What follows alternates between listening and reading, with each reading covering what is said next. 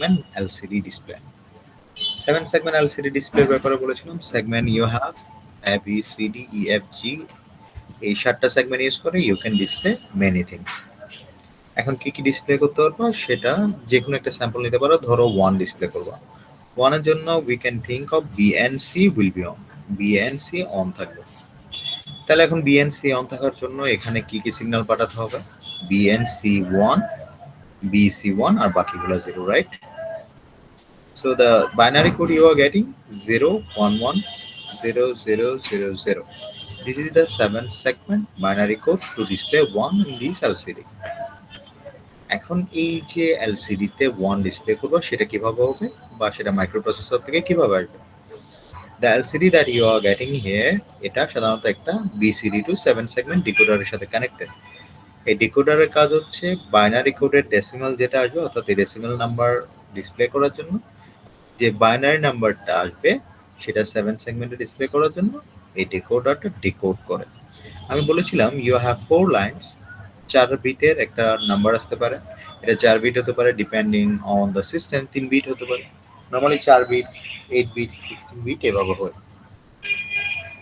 The binary code or binary coded decimal that you are getting over there, it's for the LCD display 7 segment.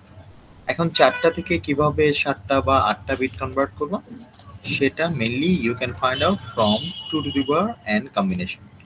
2 to the power n, 2 to the power n থেকে কিভাবে পাবা? তুমি যদি 4টা bit এখানে use করো তাহলে 2 to the power n হচ্ছে 2 to the power 4, তার মানে 16টা কম্বিনেশন। সো জাস্ট সে এখানে 0 0 0 আসলে একটা কম্বিনেশন পাবা, 0 0 1 আসলে একটা কম্বিনেশন, 0 0 0 1 0। কি ব্যাপার এখনো কেন স্টুডেন্ট আসতেছে?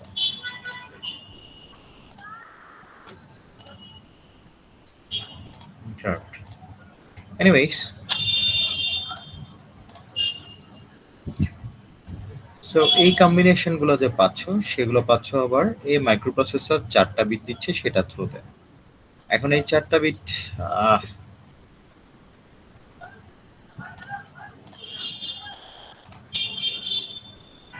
আসতে থাকবে নাকি আজকে সারাদিন? আরো কিছুক্ষণ ওয়েট করবো? আমি তো এমনিতে 10 মিনিট পরে শুরু করেছি। এনিওয়েজ, সো এই 4 বিট যে ডাটা বাস দিয়ে আসতেছে সেগুলো আবার একটা ট্রিগার সুইচ হয়ে আছে। This is the latch trigger switch.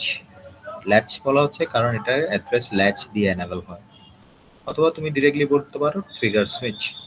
এই ট্রিগার সুইচটা সাধারণত সিনক্রোনাইজেশন স্পিডটাকে কন্ট্রোল করে। সিনক্রোনাইজেশন স্পিড কি? যখন এই ডাটাটা দিচ্ছে তখন সিনক্রোনাইজলি যেন এই সবগুলো অন থাকে। এই ডাটাটা যখন দিচ্ছে তখন সিনক্রোনাইজলি যখন সব অন থাকে। এই কন্ট্রোল, এই ল্যাচটা অন অফ হয় সাধারণত অ্যাড্রেস ল্যাচ দিয়ে বা অ্যাড্রেস দিয়ে। আর এটা কন্ট্রোল হয়, এই যে চিপটা যে অন হবে অফ হবে সেটা এই অ্যাড্রেস দিয়ে কন্ট্রোল হয়, অ্যাড্রেস দিয়ে অন অফ হয়। আর কন্ট্রোল হয় এটা যে রাইট করবে, এটা আলটিমেটলি রাইট করে। এটা রিডের কোনো পার্ট নেই এখানে, রাইট করা। সেটা আবার এই আইইউ রিড অন রাইট দিয়ে কন্ট্রোল হয়।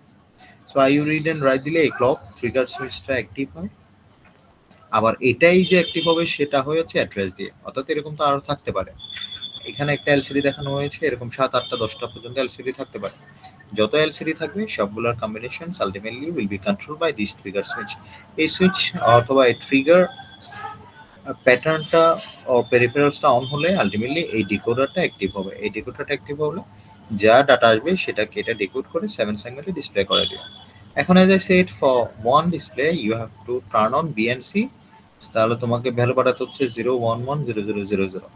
তুমি ধরো 1 এর জন্য এখানে পাঠালা হচ্ছে গিয়ে 4 বিট 0 0 0 1। 0 0 0 পাঠালে এখানে 0 দেখাবে, 0 দেখানোর জন্য তোমার জি ছাড়া বাকি সবগুলো অন থাকবে। So the combinations might be 0 0 0 0 0 1 0 0 1 0, এভাবে সব কম্বিনেশনের জন্য 0 থেকে শুরু করে 9 পর্যন্ত একটা ডিসপ্লেতে ভ্যালুগুলো দেখাতে পারবে। That's it. So it is the display that being controlled by the microprocessor as well as the trigger switch, and the binary coded decimal value that you are getting from the 8086 microprocessor will be decoded by the 7 segment decoder, and it will display the value that you want. So any value you can take to display here, and you can consider the combinations of the binary numbers to display any value over there, and you can explain with a binary BCD, binary কোডের decimal দিয়ে সেটা explain করে দিতে পারো। আর প্রতিটাই chip ultimately select হবে some physical address. I said you can display or you can explain these by drawing some block.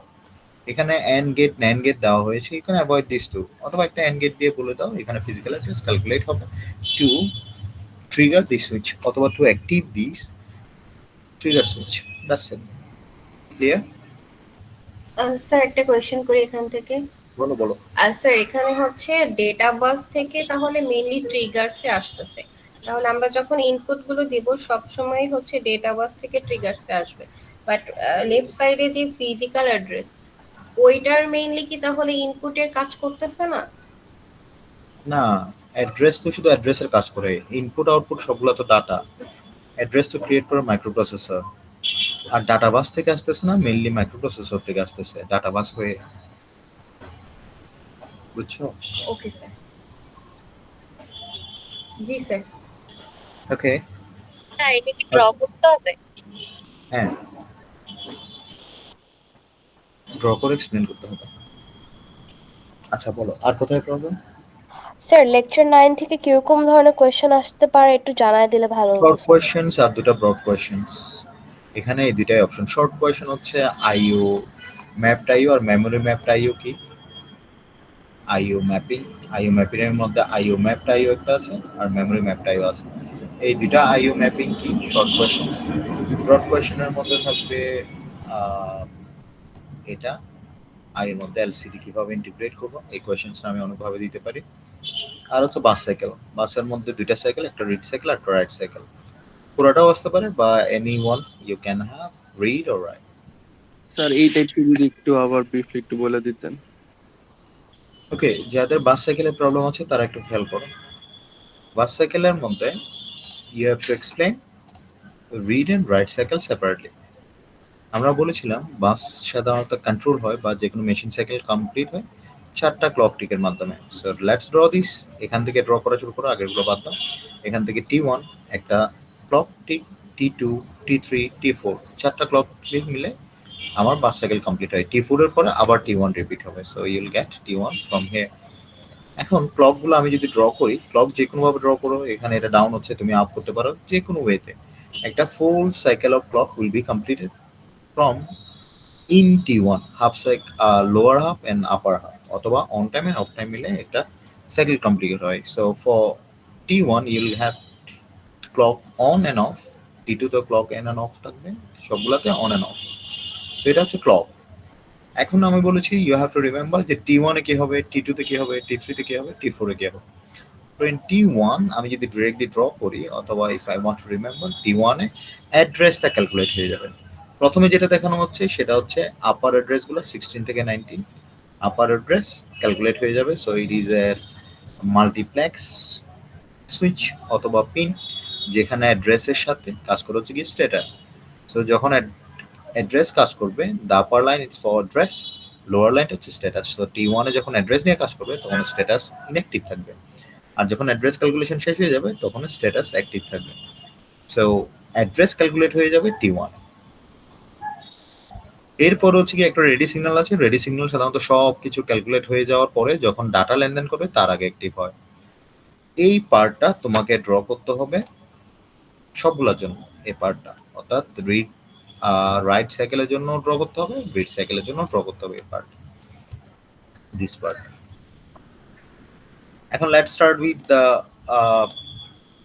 Read cycle first. Read সাইকেলে কি হচ্ছে, T1 এ অ্যাড্রেস ক্যালকুলেট হয়ে যাবে। অ্যাড্রেসের মধ্যে অ্যাড্রেস এন্ড ডাটা আছে, এ এন্ড ডি আছে। So read সাইকেলে T1 এ হবে অ্যাড্রেস, T1 এর পরে কিছুটা পার্ট থাকবে ফ্লোটিং, যেটা ক্যালকুলেশনের জন্য কাজে লাগতে পারে। T3 আসবে হচ্ছে গিয়ে data. So this is to multiplex, যেখানে উপরটা হচ্ছে অ্যাড্রেস, নিচেরটা হচ্ছে data. You can see that address been calculated with T1 time. এরপরে কিছুটা ফ্লোটিং পার্ট আছে, এটা আনডিফাইন্ড, সেটা ইউজ করতেও পারো নাও করতে পারো। এরপরে T3 গিয়ে ডাটাটা লেনদেন হচ্ছে। সো T3 থেকে T4 পুরোটাই ডাটার জন্য। So Adi for read cycle. এখন রিডটা কখন অ্যাক্টিভ হচ্ছে, as we are working with data, তুমি ডাটার কিছুক্ষণ আগে T3 টা অ্যাক্টিভ হয়ে যায়। সো T2 হাফ থেকে তুমি বলতে পারো রিড সিগন্যালটা অ্যাক্টিভ হচ্ছে। যেহেতু রিডের উপর বার আছে, এটা অ্যাক্টিভ হবে T2 তে গিয়ে। তুমি এটা T3 তে ড্র করতে পারো, no problem with that, but তোমার এক্সপ্লেনেশনে যেন সেটা থাকে as it is a design. So read signal active হবে ডাটা যখন রিড করবা তখন, অ্যাক্টিভ হবে লোতে। তো এটা হাই থাকা মানে ইনঅ্যাক্টিভ, লো থাকা মানে অ্যাক্টিভ। সো এটা T2 হাফ থেকে মোটামুটি T4 পর্যন্ত পুরোটাই অ্যাক্টিভ থাকবে। এখন স্যার একটা এইবার একটু আরেকবার বুঝান। রিডটা হচ্ছে বার, জিরোতে অ্যাক্টিভ। সো রিড করবে হচ্ছে গিয়ে ডাটা, ডাটা যখনই রিসিভ করবে তখনই এটা অ্যাক্টিভ হবে, এটা জিরোতে অ্যাক্টিভ। তার মানে আমি বলেছি ডাটা আসতেছে T3 তে, T3 কিছুক্ষণ আগে রিড সিগন্যালটা অ্যাক্টিভ হয়ে যাবে। কিছুক্ষণ আগে মানে এখানে দুইটা ফেজ, একটা T3 থেকে স্টার্ট হতে পারে অথবা T3 এর একটু আগে T2 হাফ থেকে স্টার্ট হতে পারে। As I said, you can start it from T3. এখন T3 থেকে স্টার্ট না করে অ্যাকচুয়ালি সেটা T2 থেকে স্টার্ট হয়। তুমি যেটা দাও সেটা তোমার এক্সপ্লেনেশনে থাকতে হবে। যদি T3 থেকে স্টার্ট করো তাহলে T3 থেকে স্টার্ট হচ্ছে বলে দিবা, আর যদি T2 থেকে হাফ থেকে স্টার্ট করো তাহলে T2 হাফে রিড সিগন্যাল অ্যাক্টিভ হচ্ছে বলে দিতে পারো। তো দ্যাট মিন্স হচ্ছে কোনটাতে অ্যাক্টিভ হচ্ছে ওইটা বলে দেবো যে T2 তে হ্যাঁ। নাকি T3 তে। আচ্ছা সেটাই তো বললাম। আচ্ছা, এরপরে আছে হচ্ছে গিয়ে D transmit and receive. Data transmit and receive বলেছিলাম হচ্ছে গিয়ে ultimately microprocessor works with data only. সবগুলাই ডাটা, অ্যাড্রেস ও ডাটা, কন্ট্রোল সিগন্যাল ও ডাটা, রেডি সিগন্যাল ও ডাটা, সবগুলাই ultimately binary data. So this part data transmit and receive will be calculating or activating for all kind of data. এখানে যেহেতু data রিসিভের ব্যাপারটা চলে আসতেছে, যেহেতু আমি read করব receive করব, সেখানে রিসিভটা কোথায় অ্যাক্টিভ হচ্ছে? আলটিমেটলি আমি T1 অ্যাক্টিভ হচ্ছে, এটা T4 পর্যন্ত চলবে। T1 অ্যাক্টিভ হয়ে T4 পর্যন্ত চলবে, যদিও অ্যাকচুয়ালি সেটা T1 থেকে একটু আগে অ্যাক্টিভ হয়ে যায়, but you will draw from T1 to T4। যেহেতু বার জিরোতে অ্যাক্টিভ, সেটা T1 থেকে T4 পুরোটাতে অ্যাক্টিভ থাকবে। যেহেতু T1 T2 তে আমরা অ্যাড্রেস ক্যালকুলেট করতেছি সেটাও ডাটা, আবার T3 T4 এ আমরা ডাটা ক্যালকুলেট করতেছি বা ডাটা লেনদেন করতেছি সেটাও data. So mainly data transmit and receive পুরোটা জুড়ে, রিড সিগন্যাল শুধু অ্যাক্টিভ হবে for data only. Same goes for the DEN, data enable. এই পিনটা হচ্ছে যখন তুমি ডাটা নিবা তখন অ্যাক্টিভ হবে, যেহেতু বার আছে উপরে, এটা জিরোতে active. So again it will be activated at the T2 half time. অথবা এটা যদি তুমি রিড সিগন্যালটা T3 থেকে অ্যাক্টিভ করো তাহলে ডাটা এনেবলটাও T3 থেকে অ্যাক্টিভ করো, T3 থেকে T4 পর্যন্ত দিয়ে দাও, that's will be fine. So যখনই রিড সিগন্যাল অ্যাক্টিভ হচ্ছে তখনই ডাটা এনেবল অ্যাক্টিভ হচ্ছে, দ্যাটস ইট। সো রিড সাইকেলে you have 5 different types of pins. একটা হচ্ছে অ্যাড্রেস T1 এ ক্যালকুলেট হয়ে যাচ্ছে, ডাটা লেনদেন হচ্ছে T3 থেকে T4, রিড অ্যাক্টিভ হচ্ছে T2 হাফ থেকে T4, data transmit and receive active হচ্ছে T1 থেকে T4 পুরোটা, ডিএন ডাটা এনাবল হচ্ছে T2 হাফ থেকে T4 পর্যন্ত। বুঝছো?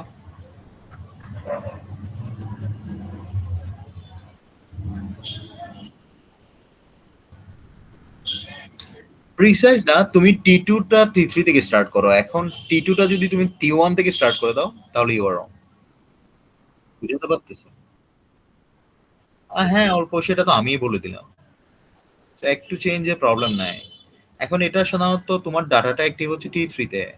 এখন সেটা T2 হাফ থেকে স্টার্ট করতে পারো, তুমি T2 থেকে স্টার্ট করতে পারো না। তুমি T3 থেকে স্টার্ট করো, নো প্রবলেম উইথ দ্যাট। তুমি বাম সাইডে বেশি চলে গেলে তোমার মার্কসটাও বেশি কমে যাবে।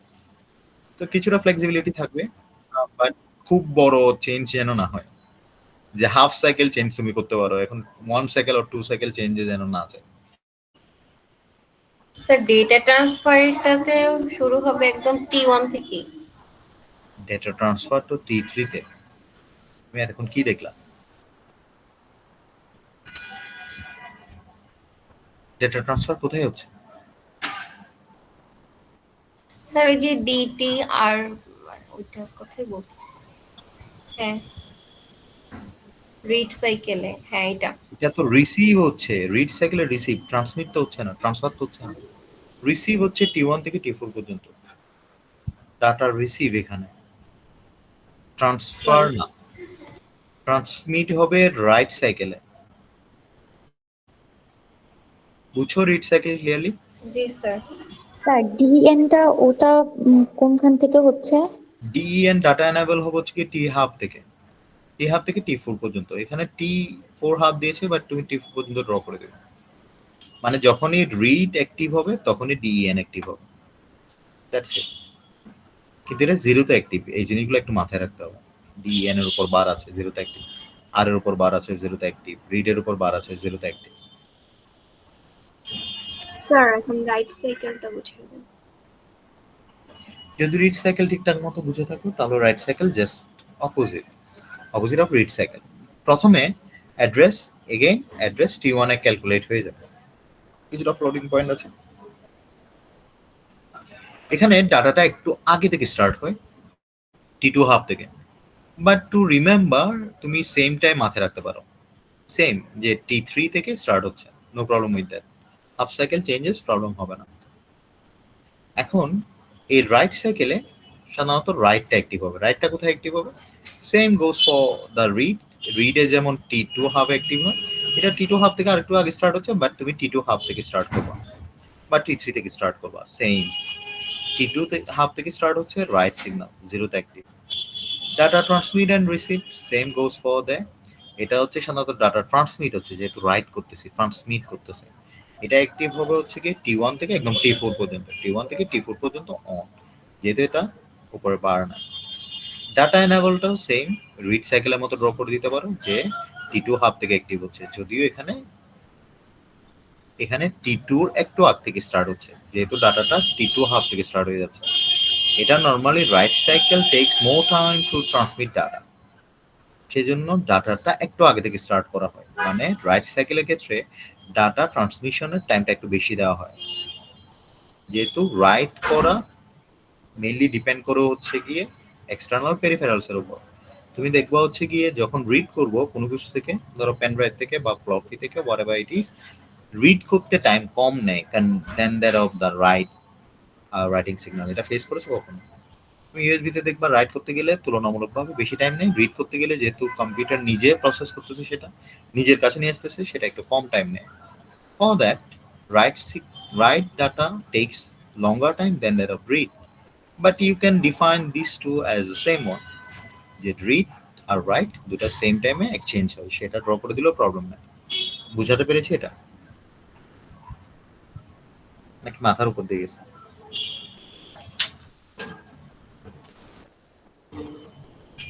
So these two, the read signal and write signal, you can draw the table or the diagram, and এখান থেকে যেটা বলে, তোমাকে যদি রিড সাইকেল বলে শুধু রিড ড্র করবা, তুমি রিড সাইকেল ড্র করতে এক্সপ্লেন করতে গিয়ে যদি রাইট সাইকেলও ড্র করো তাহলে ইউ লুজ মার্কস, মানে এক্সট্রা লেখার জন্য নেগেটিভ মার্কিং পাবা। যদি রাইট সিগন্যাল বলে অ্যাভয়েড রিড সিগন্যাল, শুধু রাইট সিগন্যাল লিখবা। এখানে দুইটা বুঝাই দিও না, দুইটা দিয়ে দিও না। দুইটা দেওয়া মানে তুমি কোয়েশ্চেন বুঝো নাই। বুঝাতে পারছি? Be careful with this question. So the explanations are given lateral part, তুমি তোমার মতো করে এক্সপ্লেন করবা যেভাবে আছে। এখানে একভাবে এক্সপ্লেন করা আছে, তুমি তোমার নিজের ভাষায় এক্সপ্লেন করে দিতে পারো। ওকে, বলো এরপরে কার কোথায় প্রবলেম আছে। ফার্স্ট স্যার আইও পোর্ট কি, মানে ওই যে শর্ট কোশ্চেন গুলা একবার করে একটু বলে দিবেন কোনটার অ্যানসার কি? না,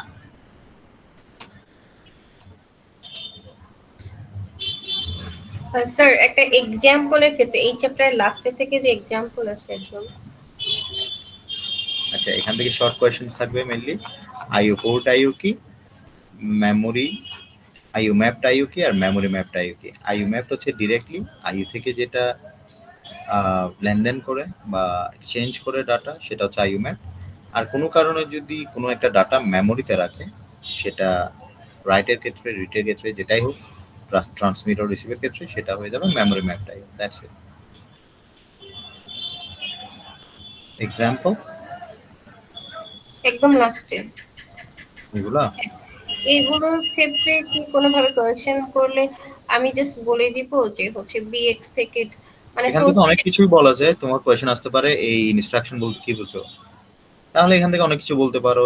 এটা কি 16 বিট অপারেশন নাকি 8 বিট অপারেশন, এটা কি মেমোরি অপারেশনস নাকি what we say register operations, এটা কোন অ্যাড্রেসিং এর আন্ডারে পড়ে, এখানে কোনটা সোর্স কোনটা ডেস্টিনেশনস, রেজিস্টারটা কি সোর্স নাকি ডেস্টিনেশনস, কোন ব্যাংক ইউজ করতেছে, লোয়ার ব্যাংক নাকি আপার ব্যাংক, এই তো অনেক কিছুই।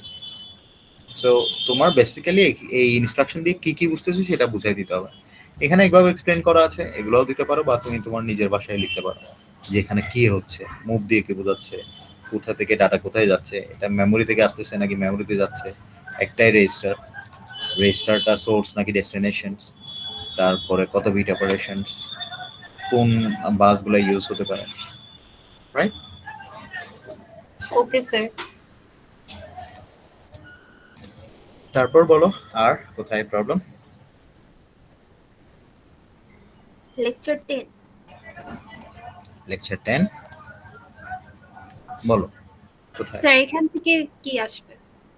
ইন্টারাপ্ট কি, ইন্টারাপ্ট সাইকেল কোনটা কোনটা, এটার স্টেপস গুলা কি কি, কোন টাইপে কি আছে, প্রিডিফাইন্ড ইন্টারাপ্ট কি কি, তারপরে কোনটার প্রায়োরিটি কিভাবে সেট করা হয়, দ্যাটস ইট।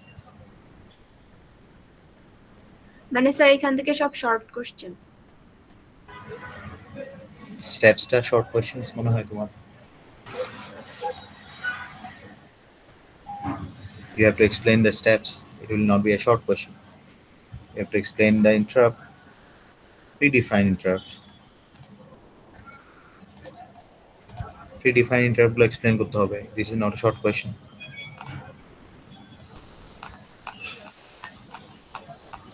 বলো প্রবলেমস, আরো কোনো প্রবলেমস from this lecture?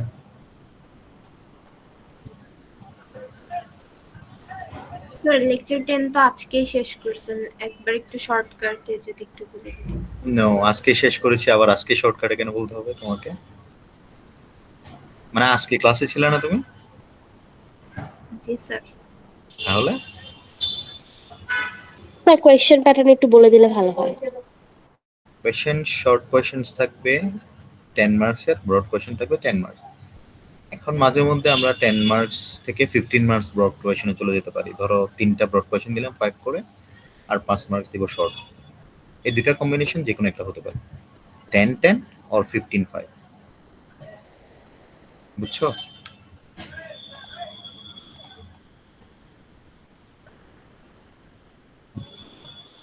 আচ্ছা বলো, আর কারো কোনো কোয়েশ্চেন্স ফ্রম সেকশন 7?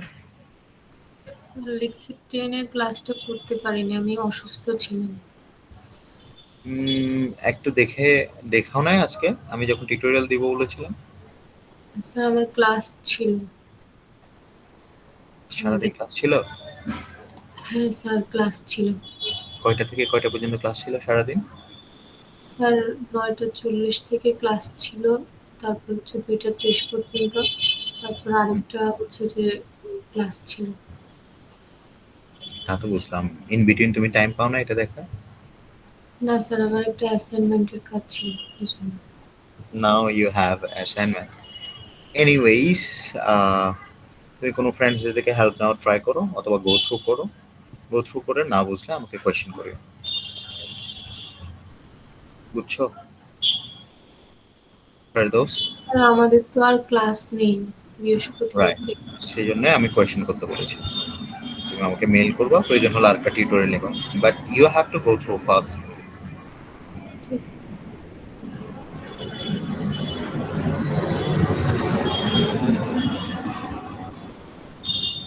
তারপর বলো আর কারো কোনো কোয়েশ্চেন আছে কিনা?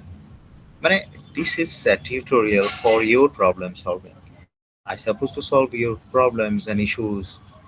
এটা তো মেকআপ ক্লাস না যে আমি পুরোটা ক্লাস নিব, right? So if you have any issues, raise your hand, I will try to solve.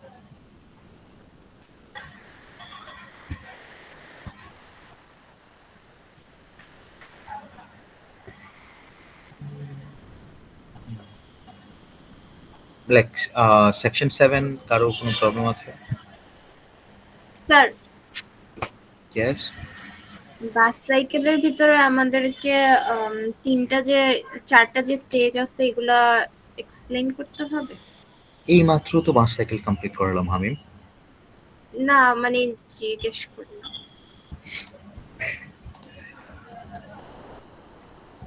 এই মাত্র এটা এক্সপ্লেন করলাম, 4টা সাইকেল এক্সপ্লেন করলাম এই মাত্র।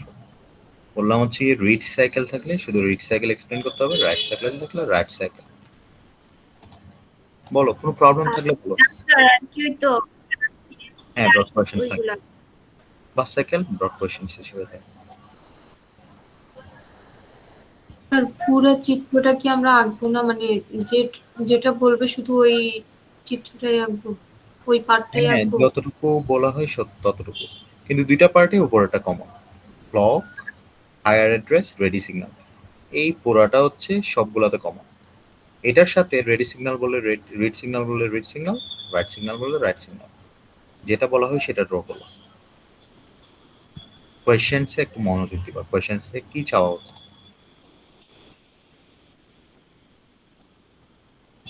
আইও ম্যাপড হচ্ছে তুমি যদি কোনো কিছু এক্সচেঞ্জ করো from the input or output directly to processor, সেটা হচ্ছে আইও ম্যাপ। আর যদি এটা ডিরেক্ট প্রসেসরে না গিয়ে প্রসেসর যদি মেমোরিতে রাখে, যে কোনো ডাটা মেমোরিতে রাখতে পারে, সে মেমোরিতে রাখলেই সেটা মেমোরি ম্যাপড হয়ে যাবে।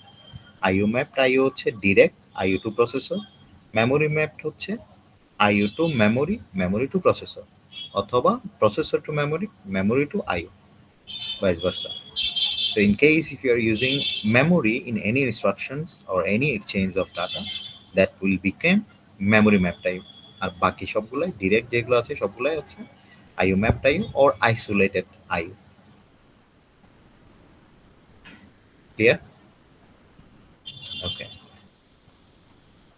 আর কারো কোনো কনফিউশনস তাড়াতাড়ি বলো, কোনো কনফিউশনস থাকলে।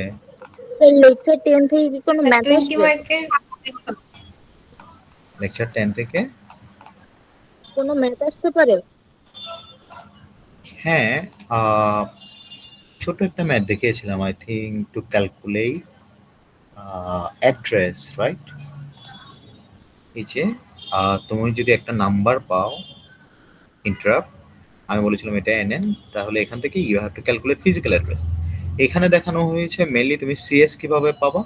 সিএস হচ্ছে 4 into the numbers of interrupt plus 2 করলে সিএস পাবা, আর 4 ইন্টু নাম্বার অফ ইন্টারাপ্ট করলে আইপি পাবা। সো আইপি আর সিএস পেলে সেগমেন্ট পেয়েছো, অফসেট পেয়েছো। এখান থেকে ফিজিক্যাল অ্যাড্রেস ক্যালকুলেশন করার ইকুয়েশন কি?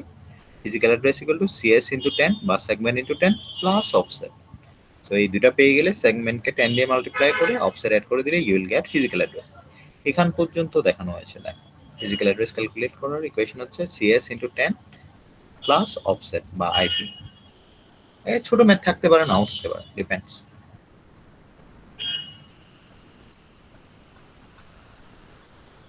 বলো আর কি প্রবলেম। দুইটা লেকচার আছে, আশা করি খুব বেশি প্রবলেম থাকার কথা না। আর কারো কোনো ইস্যু আছে? 30 কোশ্চেন করেন। এটাই কি তোমার প্রবলেম? এটা সবারই প্রবলেম স্যার।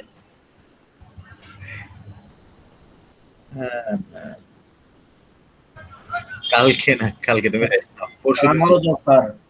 স্যার এক্সাম কিছু মেকআপ দেওয়া যাবে না স্যার, কুইজ দিতে হবে, মানে পরে দেওয়া যাবে না। এটার একটা ভালো ওয়ে আছে যে ইনস্ট্যান্ট জ্বর কমানো কিভাবে যায় বলবো। কিভাবে স্যার? মানে পরীক্ষার আগে জ্বরটা কমায় ফেলবো আর কি। একটা জিনিস আছে যেটা নিলে 2 ঘন্টার ভিতরে জ্বর কমে যাবে। থাক, তোমাকে আমি মেসেজে বলে দিচ্ছি কি করতে হবে। স্যার আমাকেও বলেন স্যার। স্যার আমারও জ্বর স্যার অনেক। হ্যাঁ, তোমার কণ্ঠ শুনে তো মনে হচ্ছে না তোমার অনেক জ্বর। স্যার সিরিয়াস জ্বর স্যার। সাপোজিটরি নিয়ে দুজনে, বুঝছো, পরীক্ষার 2 ঘন্টা আগে। বলো আর প্রবলেম, বলো প্রবলেমস, কোনো প্রবলেম আছে এই দুইটা লেকচারে? এই সবাই হাসতেছে কেন? ইট ওয়ার্কস, সেজন্য বলছি মাহমুদুল মেসেঞ্জারে বলো।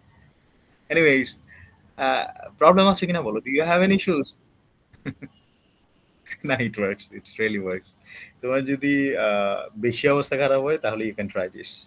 কিছুক্ষণের জন্য কমায় রাখবে, at least 3 hours you will get relief from fever. Anyways, any other problems or issues from these 2 lectures? কারো কোনো problems? anything, no Jannatul Firdaus, go through the lecture. Then if you miss this, কোনো problem হলে আমাকে মেলে জানাবা. I'll try to give you separate tutorial or ঠিক আছে sir. questions that you raised, I'll try to solve. ঠিক আছে, তাহলে আমি এখানে শেষ করতেছি, যেহেতু কারো কোনো প্রবলেম নাই। আই থিঙ্ক 2টা লেকচার আর কি প্রবলেম থাকবে। কোনো ক্লাস টেস্টের জন্য যদি টিউটোরিয়াল নাও কেমন হবে বলো। Anyways, best of luck for the exam. ভালো করে এক্সাম দিও। কোনো কোয়েশ্চেন্স এগেইন আগের মতোই, কোনো কোয়েশ্চেন ছাড়বা না, আর কোনো কিছু এক্সেস লিখবা না, যেহেতু টাইমটা খুব লিমিটেড থাকে, কোয়েশ্চেন্স অনেক থাকে। Try to answer all questions within time. সব কোয়েশ্চেন্সগুলো কিছুটা হলেও আনসার করার ট্রাই করবো, যেন আমি কিছুটা পার্শিয়াল মার্কিং দিতে পারি। ইন কেস তুমি না পারো, পারলে তো আনসার করবে। স্যার লেকচারের ভিতরে যে ফিচার গুলো আছে ওগুলো কি কিছু করতে হবে? লেকচারের ভিতরে ফিচার? কিসের ফিচার? মানে কিসের কথা বলতেছো তুমি নিম্মি? স্যার ওই যে পিকচার গুলা মানে কোন লেকচারের কথা বলতেছো? কোন পিকচার? এখানে তো অনেক পিকচার, পিকচার ভিতরেই তো আছে।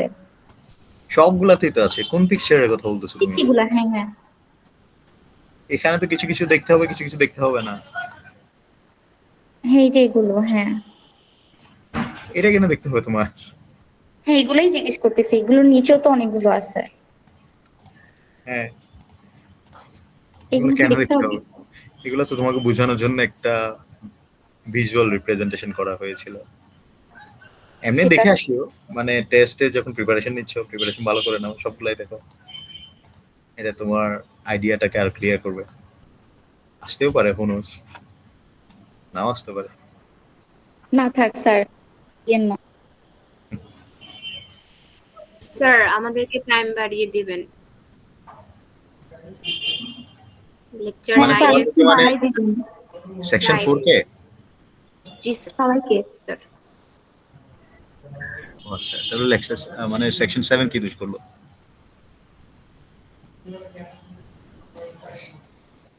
ঠিক আছে, best of luck, see you in test. ভালো করে প্রিপারেশন নাও। হ্যাঁ, আল্লাহ হাফেজ। আসসালামু আলাইকুম স্যার। ওয়ালাইকুম। আসসালামু Bye. আলাইকুম। স্যার।